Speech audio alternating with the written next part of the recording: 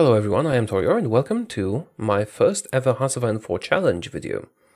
And the challenge is I'm supposed to play as Lithuania and retake all the lands that used to be the Polish-Lithuanian Commonwealth. So yeah, let's do that. Regular difficulty, Ironman mode and historical focuses. We're going to play as Lithuania and we need to take all these lands, which is pretty much Poland, this bit of Germany, a large chunk of the Soviet Union and the Baltic countries. This means we'll have to fight both Germany and the Soviets, and fighting Germany usually means also fighting Japan.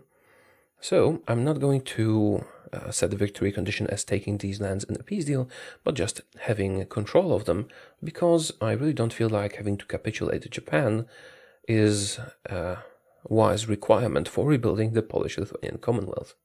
So let's go. Ironman. And here we are. We start with 5 factories, 3 units, and no commander.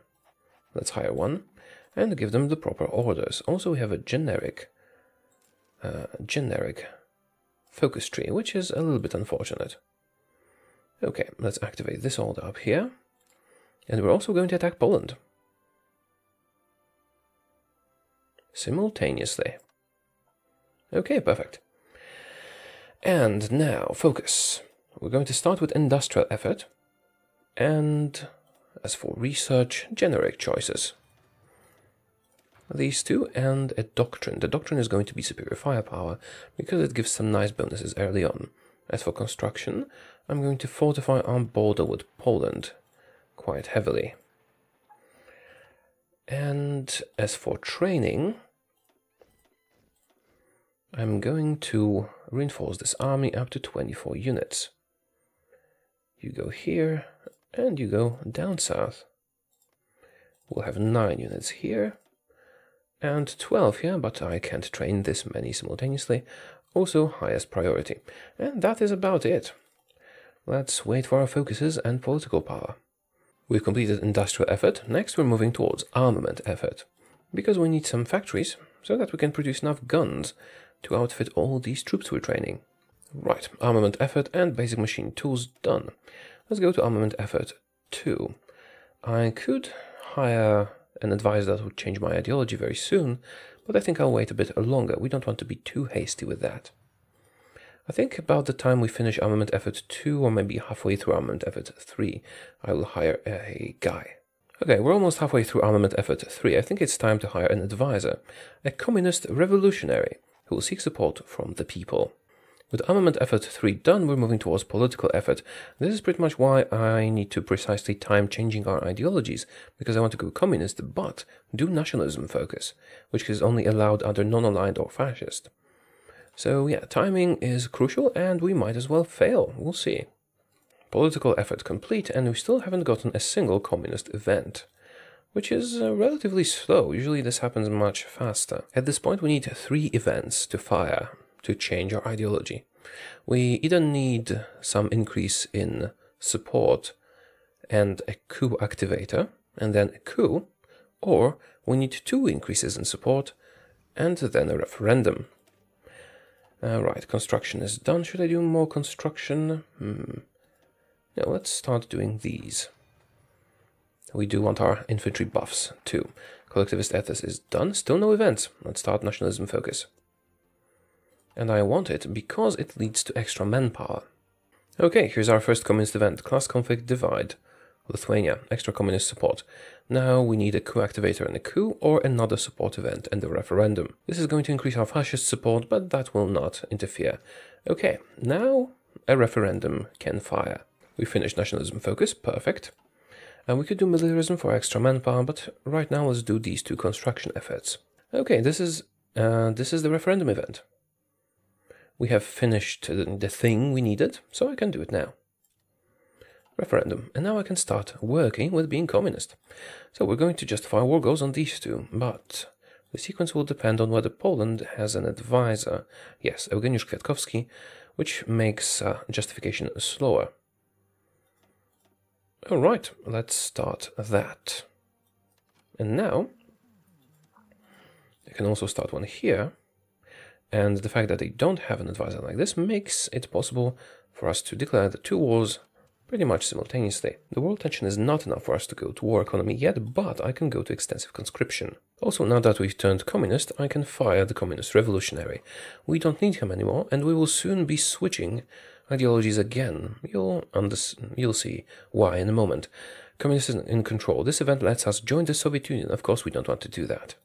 Right, there's enough world tension to switch to war economy now, which is going to increase our capabilities significantly. With the construction effort to complete, I'm going to move towards militarism so we get some more manpower. How much time until we declare war? Oh, a very long time.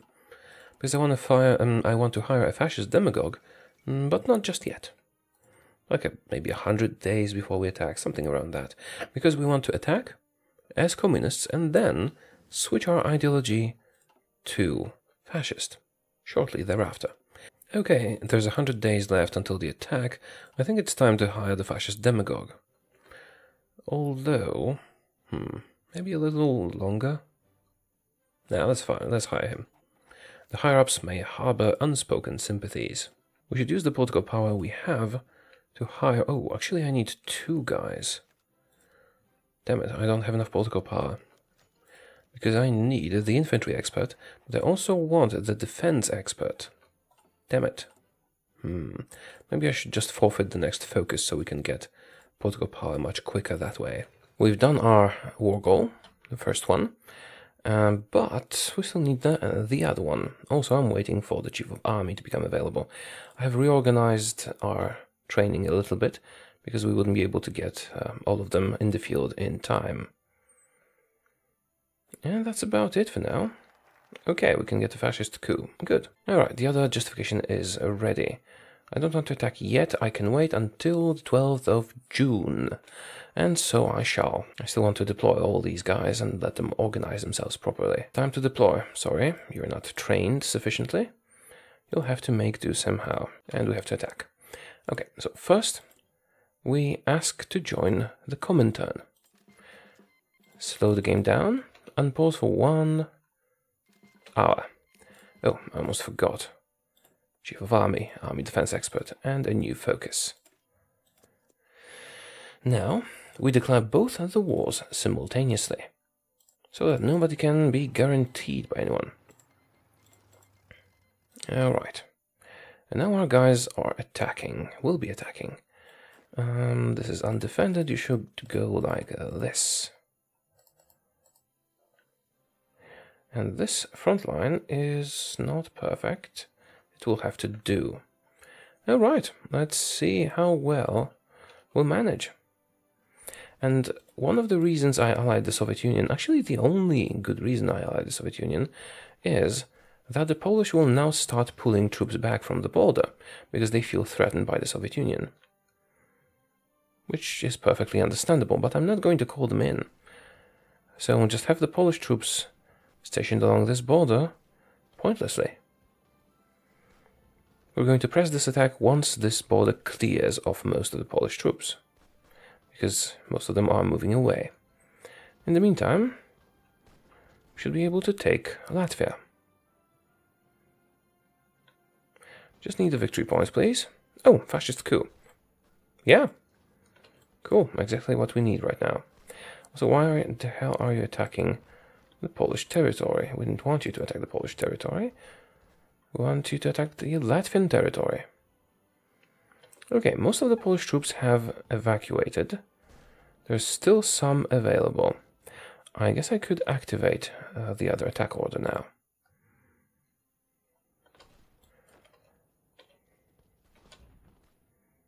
This should work out nicely. Come on, just need this for them to capitulate. And they should give up now. They did. Cool, wonderful. Okay then, now all of you get to this order. And let's adjust this front line. Perfect. Yeah, not much else to say. Move along. I suppose I could adjust the front line a bit more by doing it like this. What the hell? Edit mode is what I wanted. Yeah, we want this. We want a corridor like that. Go. Are you moving to join? Oh, Italian volunteers, cool. Yeah, let's get those. Alright, alright. And now it's time to do the big push. And the big push is just me telling all of them to get to war so quickly. And if they succeed, we'll be able to capture all the major victory points before the armies on this side can do anything about it.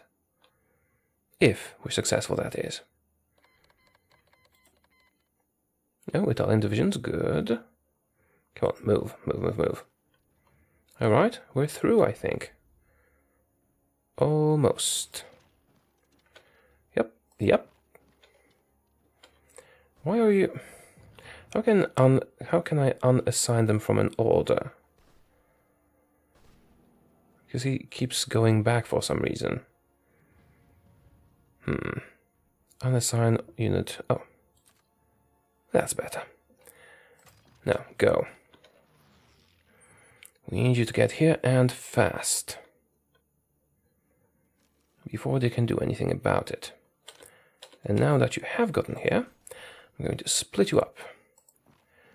One of you goes here, one of you goes here. We need Krakow. We need all the major victory points. Some of them are defended, some of them are not defended. Go to Gdańsk. You go over here.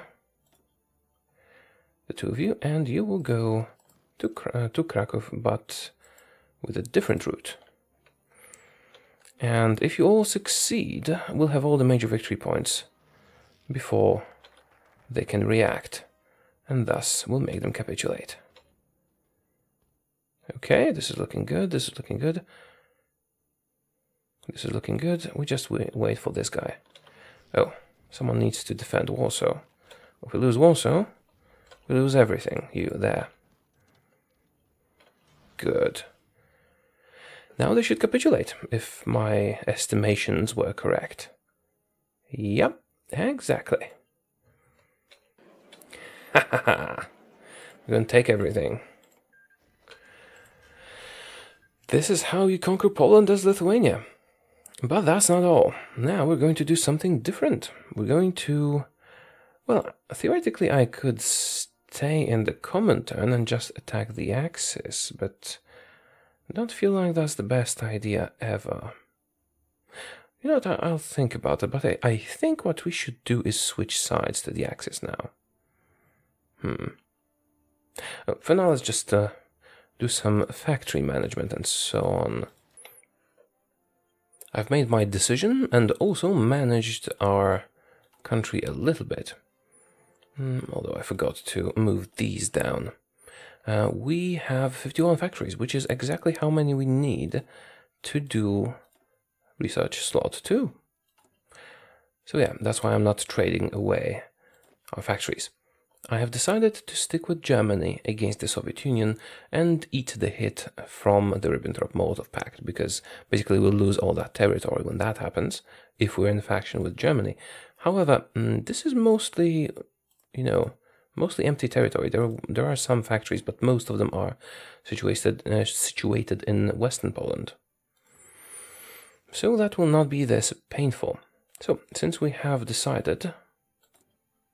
I'm going to leave faction, leave Comintern, and join the Axis.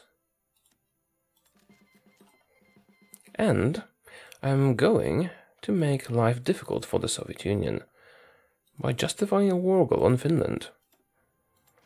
So they will get guaranteed by the Allies. And when the Soviet Union attacks them, hey, they'll be at war with the Allies. The Soviet Union will not attack us, at least for a while, with the Molotov-Ribbentrop Pact in place, which will happen soon. Reassert Eastern claims they're going to ask us for land. And if we refuse, there's nothing they can do since we're in the same faction. Yay, extra research slot 2. Wonderful. Germany demands Memel. Never. And we're in the same faction, so there's nothing you can do. Oh right, Germany is attacking Belgium. And Italy is joining Axis. The important thing to note here is that we do not join the war against the Allies. Oh, that was quick. Germany has already taken Paris. That was very quick. Good job, Germany. I suppose they were not distracted by Poland on the other side. France has capitulated. Now, I would hope they wouldn't do Ribbentrop-Molotov, but we have historical focuses. So it's gonna happen. Unfortunate. Maybe I should play without historical focuses, then I could get surprised. Estonia we just leave alone for now. If I attack them, they'd probably join the Allies, thus dragging us into a war with them. And we don't need that, that can wait. See, Germany is doing the Molotov-Ribbentrop Pact, so theoretically if we were to attack the Soviet Union now with the German help, we could cancel that, not have us lose all the territory, but I don't think we could beat them at this point. We need more development time. For now, let's modify our template. We're going with the standard 7+2 and engineers for now. Okay, the Molotov-Ribbentrop Pact has happened, which means we're about to lose a huge chunk of our territory. Yep, that is exactly what I was expecting and dreading. But we didn't lose that many factories, we only lost a couple. And we'll have to cut this up into 2 front lines, I believe. Because we don't want to be attacking from anybody else's territory, just from our own. Go on, get ready to fight the Soviets, which will happen. Oh crap! The Soviet Union just annexed Estonia. Damn it. This is going to complicate things for us. And unfortunately from this point on, my live commentary is unavailable because my microphone got accidentally disconnected, and I wasn't aware of that and kept recording. So I'm going to provide post-commentary. We have jumped forward in time to when Germany is about to declare war on the Soviet Union. As you can see, they are doing the war with the USSR focus. So I started training up my troops, we still had a little bit of time, and now we jump forward to when they attack.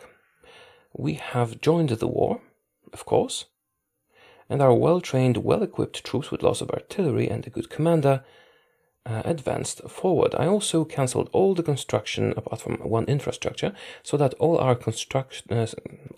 civilian factories could focus on repairing infrastructure in the conquered lands, because that is crucial to the survival and performance of our forces and our allies' forces. Anyway, at this point, Germany was calling in all their allies, and I have positioned my armies so that we would attack from our territory only, and that all the newly conquered territory would go to me. Not only would that provide me with factories, unfortunately I would also have to repair infrastructure myself, but also it would make it easier to take lands later on.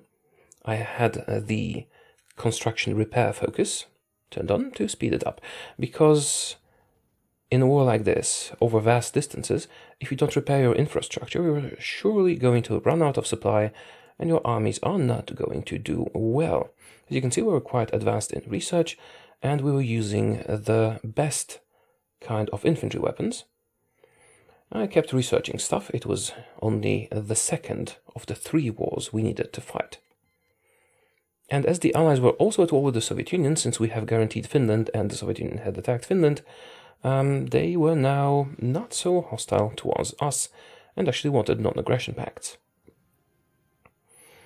Air superiority was not our strong suit, but I was only using the planes that we stole from Poland.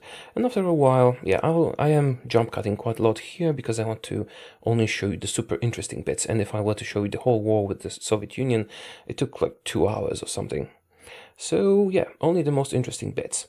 At this point I have decided to shorten my front line. Instead of fighting on the whole front line, I only focused on the part that led directly to Moscow. And with our troops focused on that short amount, we soon got the capital. As you can see, it was not that long until we got it. You can always verify the time in the top right corner. Now, after securing the part around Moscow a little bit more so that our allies will have an easier time holding it when we go away, I have decided to move north and use our armies to help our allies capture Leningrad. which is why I adjusted the orders accordingly. As you can see. At this point we basically had no manpower, and in this war we lost more troops than Germany. I'm not sure about Japan, because later on Japan had quite a bit of involvement in this.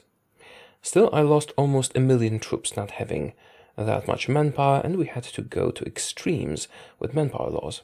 Now, after pressing towards Leningrad for a little while, we were making good progress because our troops were good and our general was good. I continued that course of action for a little while longer, so our allies would have an easier time defending this when I moved to a different part of the world, and I decided to do the same thing we did north, but head towards Sevastopol and general Crimea area, so that we would cut off the guys fighting the Romanians. This plan further exhausted our manpower, and at this point our troops had virtually no manpower, but the Soviet Union also was in trouble, so we quickly progressed towards Crimea. I'm not sure how much you will like that post-narration. I usually prefer to do live commentary, but unfortunately it was unavailable here. And at this point, yeah, I have no manpower. Right. As you can see, shortly thereafter, we have cut off the part of the front close to Romania, and I have also ordered my troops manually to go and capture the ports, so that they would not be getting any supplies.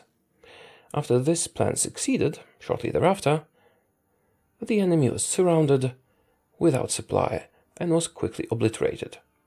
At this point it was mostly the matter of cleaning out the remains of the Soviet troops in small pockets in our territory. Unfortunately, Romania got, was that Bessarabia, I think, got control of this part of this region, but it wasn't really something we needed, so it wasn't a problem. As you can see, after cleaning up the whole part of the Soviet Union that used to be in what we now control, the pockets of Soviet resistance, I have reassigned my troops to the whole front line and just let them attack wherever they wanted, because closer control was no longer necessary. And there's quite a bit of jumping here, because, as I said, this war takes like 2 hours, and if you ever try to capitulate the Soviet Union at 90% national unity, you know how exhausting and long it can be. As you can see, Japan has made quite a lot of progress attacking from their side of the Soviet Union, and yeah, I had the highest war participation in this, and Japan was second. Only after that we had Germany. Now, it was quite a long time just pushing towards different victory points, and finally, after moving towards Arkhangelsk, but we did not need to capture it, dramatic pause, Soviet Union had capitulated. Now, I will not show the whole peace conference, because that also took quite a long time. I was thinking what to take so that nobody would steal the provinces that were, you know, parts of the Polish-Lithuanian Commonwealth and so on. I cut out a bit over here because I was just talking to the screen about what I was going to take at the peace conference. But the microphone was off. So, after some struggle with Germany and so on, I was basically able to take all the lands that we needed for the Polish-Lithuanian Commonwealth rebuilding, apart from the ones previously owned by Germany, because, yeah, the whole area above Crimea, we didn't really need that, as you'll see from the maps later on, although, yeah. And I proceeded to take as much land and resources as I could, so that we could get some extra manpower and factories and resources, obviously. And the end result was this. Quite impressive for Lithuania, isn't it? And at this point, I started preparing for my next war against the Germans. The initial plan was to develop nuclear weapons, get a lot of air force, and just bomb them to extinction while our armies slowly advanced towards their territory. But after a little thought, I decided to focus on the rocket artillery, change our templates a bit, and just risk it before we, you know, finished our nuclear program and so on, so that we could, you know, succeed earlier without waiting for those. Unfortunately, I had previously changed my manpower laws from scraping the barrel, and I forgot we can't do that when we can't go to scraping the barrel when we're not at war. So we were seriously lacking manpower, but I had used what little we had and changed the template so we would get some back from infantry and focused heavily on rocket artillery because only attack mattered at this point.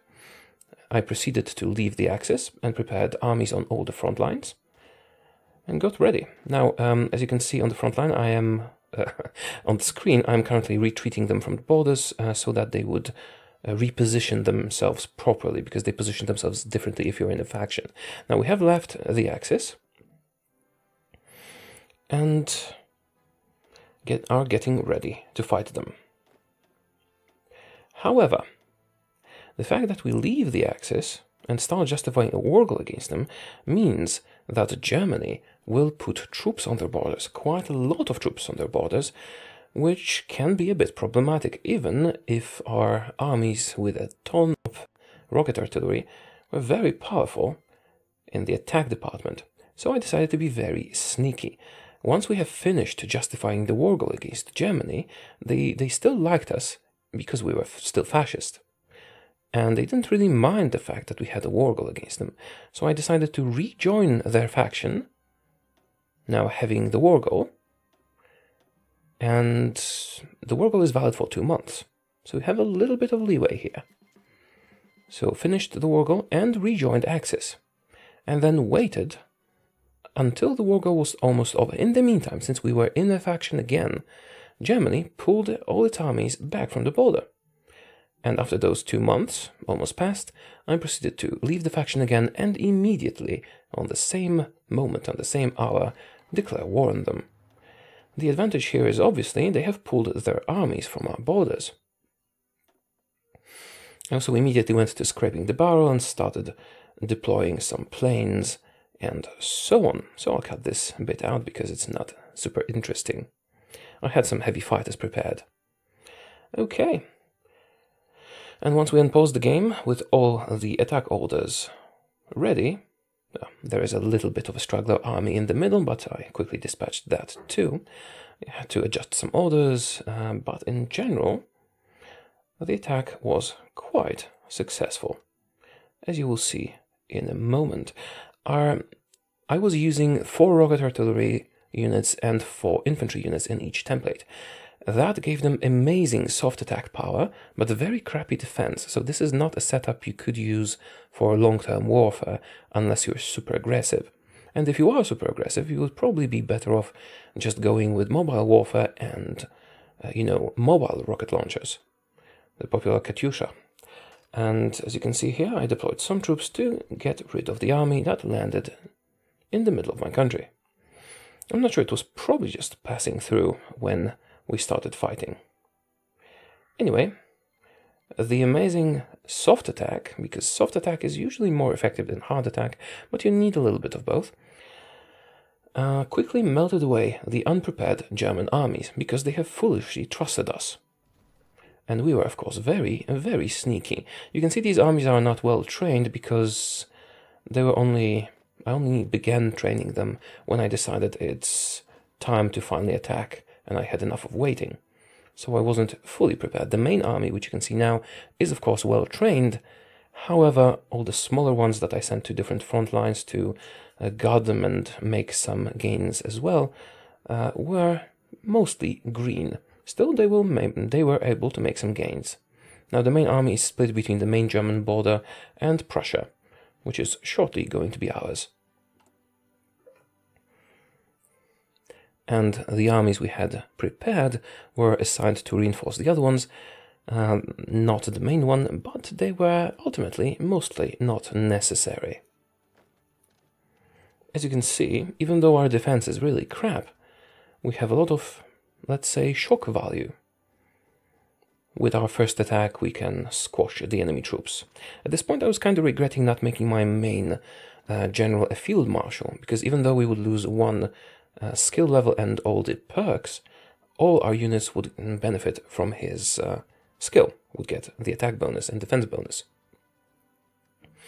At this point, apart from, the German borders, we already owned everything we needed for the Polish-Lithuanian Commonwealth, so I'm just pushing and getting a little bit more out of that.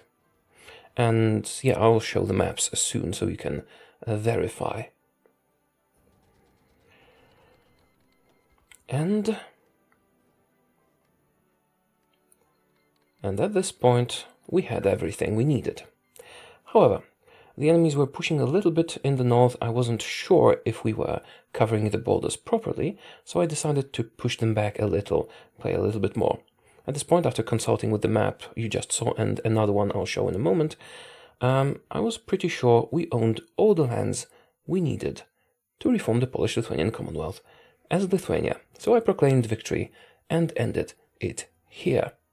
Now, let me know in the comments if you enjoyed this challenge, retaking all the Polish-Lithuanian Commonwealth land as Lithuania, and most importantly, let me know what you would like my next challenge to be.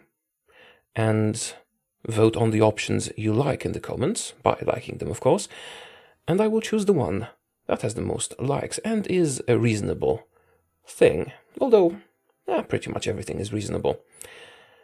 Again, I think I would prefer something shorter, because I basically had to play a full campaign to finish the Lithuanian thing. And I think I would prefer something more contained. Also, Hansa 4 runs a bit slow for me after 1940-41. That being said, you know what you like, so just post the option you think will be the most interesting, or vote on it if you see it in the comments. That is it for now. I hope you enjoyed this video. Let me know what you thought. I'll see you soon. Goodbye.